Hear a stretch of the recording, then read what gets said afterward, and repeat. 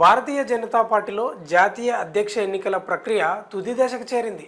ప్రస్తుతం 16 రాష్ట్రాల్లో ఇప్పటికే కొత్త పార్టీ అధ్యక్షుల నియామకం పూర్తవగా మరికొన్ని రాష్ట్రాల్లో ప్రక్రియ కొనసాగుతుంది. మొత్తం 19 రాష్ట్రాల్లో కొత్త అధ్యక్షులు నియమించిన తర్వాతే జాతీయ అధ్యక్షుడి ఎన్నిక జరగనుంది. అయితే ఈసారి బీజేపీ గట్టి సిగ్నల్ ఇవ్వనుందన్న రాజకీయ వర్గాల్లో జోరుగా వినిపిస్తుంది. ఆ పదవి ఒక మహిళా నేతకే దక్కే అవకాశాలు ఎక్కువగా ఉన్నాయన్న ఊహాగానాలు జోరందుకుంటున్నాయి.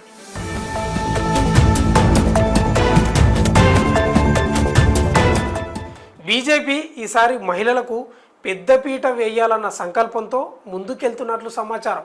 ఈ క్రమంలో కేంద్ర మంత్రి నిర్మలా సీతారామన్, దగ్గుబాటి పురంధేశ్వరి, మహిళా మోర్చా చీఫ్ వానతి శ్రీనివాసన్ల పేర్లు ప్రధానంగా వినిపిస్తున్నాయి. నిర్మలా సీతారామన్ పేరే ప్రస్తుతం అధిష్టానంలోనూ పార్టీ వర్గాల్లోనూ ప్రాధాన్యతగా వినిపిస్తుంది. 2019 నుండి ఆర్థిక మంత్రి హోదాలో దేశ ఆర్థిక వ్యవస్థను మలుపు తిప్పే బాధ్యతను నిర్వర్తిస్తూ వస్తున్నారు. మోదీ క్యాబినెట్లో నెంబర్ 1 మహిళా నాయకురాలిగా అంతర్జాతీయ వేదికలపై తన ఆధిపత్యాన్ని చాటారు. ఇటీవల నడ్డా, బిఎల్ సంతోష్ను ఆమె భేటీ అయిన వార్తలు ఈ ఊహాగానాలకు బలాన్నిస్తున్నాయి. ఏపీ బీజేపీలో పునాదులను బలోపేతం చేసిన దగ్గుబాటి పురంధేశ్వరి ఇప్పుడు జాతీయ స్థాయిలో తన ప్రభావాన్ని చూపే ప్రయత్నాలు చేస్తున్నారు. విదేశీ పర్యటనలు, ఉగ్రవాదంపై భారత్ వైఖరిని చాటి చెప్పడం వంటి అంశాలు ఆమెకు డిప్లొమాటిక్ ఫ్లేవర్ను కలిగించేలా ఉన్నాయి. కాంగ్రెస్ మూలాల నుంచి వచ్చినప్పటికీ బీజేపీలో పూర్తిగా కలిసిపోయారు. కేంద్రం ఏర్పాటు చేసిన 5 అఖిలపక్ష బృందాల్లోని ఓ బృందానికి పురంధేశ్వరి ప్రాతినిధ్యం వహించారు. France, UK, EU, Italy, Denmark, German దేశాలలో పర్యటించిన ఆమె బృందం ఉగ్రవాదంపై భారత్ వైఖరిని ప్రపంచ దేశాలకు స్పష్టం చేసింది. వానతి శ్రీనివాసన్ పేరులోని కొత్తదనం ఉంది.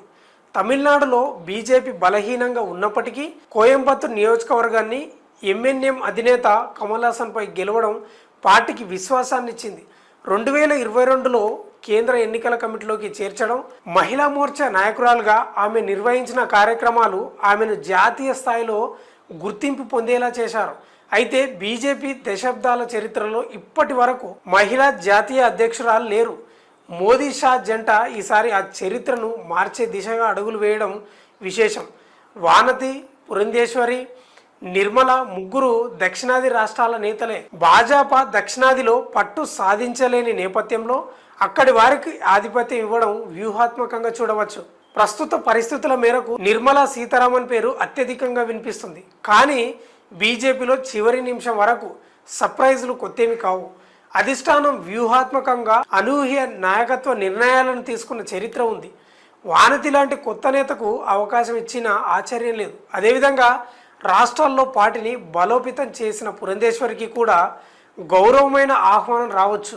ఈసారి జాతీయ అధ్యక్ష ఎన్నిక భాజపాలో కొత్త శకాన్ని ప్రారంభించనుందనే సంకేతాలు స్పష్టంగా కనిపిస్తున్నాయి. మహిళా నేతృత్వం, దక్షిణాది ఫోకస్, తలపోసిన వ్యూహాత్మక మార్పులతో ఈ ఎన్నిక జాతీయ రాజకీయాల్లో చర్చనీయాంశంగా మారింది. ఓ పక్క ఇటు కాంగ్రెస్ అధ్యక్షురాలిగా సోనియా గాంధీ కుమార్తె ప్రియాంక గాంధీ పేరు వినిపిస్తుండగా, ఇటు భాజపాలోనూ మహిళా నాయకురాలు వచ్చే అవకాశాలు కనిపిస్తున్నాయి. ఇదే నిజమైతే దేశ రాజకీయాల్లో మహిళల శకం మొదలైనట్లే. మహిళా ఓటర్లను ప్రభావితం చేయడంలో ఇటీవల కాలంలో బీజేపీ విజయం సాధించింది. ఇదే పార్టీ జాతీయ అధ్యక్ష పదవికి ఒక మహిళను నియమించడానికి గల కారణాల్లో ఒకటి కావచ్చని సంబంధిత వర్గాలు తెలిపాయి.